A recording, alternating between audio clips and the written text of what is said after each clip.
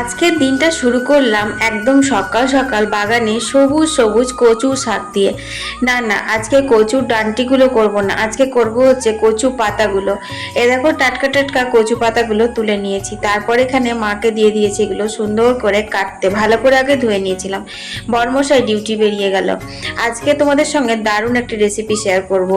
একটি হচ্ছে না, দুটি হচ্ছে। একটা হচ্ছে এই যে ইলিশ মাছের মাথা দিয়ে করব হচ্ছে এই কচু পাতাগুলো। এখন কচু পাতা বলবো না কচু শাক বলবো, তোমরা আমাকে কমেন্টে জানিও। যাই হোক, চলো এখন কড়াইয়ের মধ্যে দিয়ে দিলাম হচ্ছে জল, তারপর আমি শাকগুলো দিয়ে দিয়েছি, তারপর ঢাকা দিয়ে দিলাম একটু সেদ্ধ করব বলে। আর আজ আকাশটা কত পরিষ্কার দেখো। যাই হোক, আকাশ দেখতে দেখতে কচু শাক কিন্তু সেদ্ধ হয়ে গেছে। তারপর দেখো এখান থেকে আমি তুলে নিচ্ছি শাকগুলা, জলটা কিন্তু ফেলে দেবো। এদিকে ভাতে করলা আলু সেদ্ধ হতে দিয়ে দিয়েছি। তারপর এখানে কালো সর্ষে, সাদা সর্ষে, কাঁচা লঙ্কা এগুলো পেস্ট করে নেবো, কারণ হচ্ছে আজকে করব ইলিশ মাছের চুচুটি। তো দেখো নুন হলুদ দিয়ে মাছগুলোর মধ্যে সেই কালো সর্ষে কাঁচা লঙ্কার পেস্টটা দিয়ে সর্ষের তেল, কালো জিরে, কাঁচা লঙ্কা দিয়ে ভালো করে মেখে রাখলাম। মোটামুটি ঘন্টা দুয়েক মেখে রাখতে হয়। তারপর সর্ষের তেলে ইলিশ মাছের মাথা দুটো ভালো করে ভেজে নিচ্ছি, দু টুকরো আর কি, একটা মাথা দু টুকরো করা আছে। ইলিশ মাছের মাথাগুলো ভাজার সময়তেই না জিভে জল আসছিল, আর দেখতে মানে রান্নাটা যে ভালো হবে সেটাও বুঝে গেছিলাম।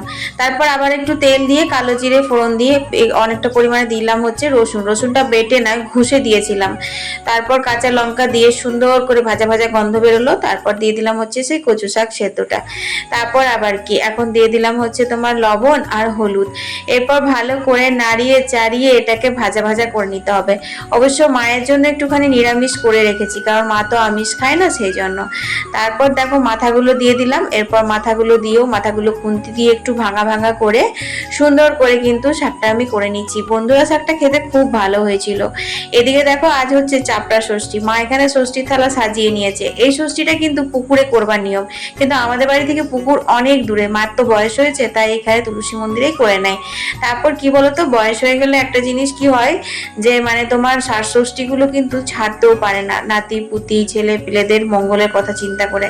যাই হোক, মা ওদিকে ষষ্ঠী পুজো করছে, আমি এদিকে শাকটা ভাজা ভাজা করে নামিয়ে নিয়েছি। তারপর সর্ষের তেলে কালো জিরে ফোড়ন দিয়ে ম্যারিনেট করে রাখা ইলিশটা দিয়ে দিলাম, ব্যাস। তারপর আবার কি বাটি ধোয়া জল দিয়ে চাপা ঢাকা দিয়ে দেবো, তাহলে পরে কিন্তু ইলিশ মাছের চুচুটি রেডি।